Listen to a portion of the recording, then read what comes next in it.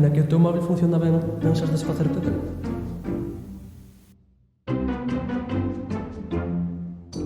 Non é, pero ti sabes canto dano poden causar no noso entorno os móviles se todos os días milleiros deles acaban tirados?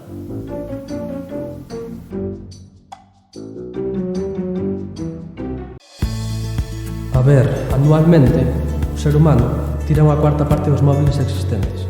Isto supón que cada dispositivo tiña unha esperanza de vida útil de menos dun ano, o que aumenta, xa que os produtos novos saen con maior frecuencia. As empresas buscan intencionadamente esta produción e venta descontrolada.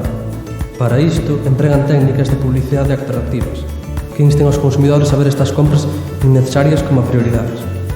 Mais, poden saltar o paso de comezar a empregar tácticas predatorias como a obsolescencia programada, que se asegura de que a vida útil dos obxectos sexa mínima e serve como a ferramenta para obrigar ás constantes renovacións, como a solución a un problema creado por eles mesmos.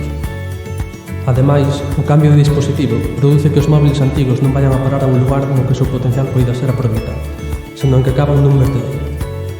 Estes están situados en lugares privados, que acaban por eliminar calquera tipo de prosperidade na zona.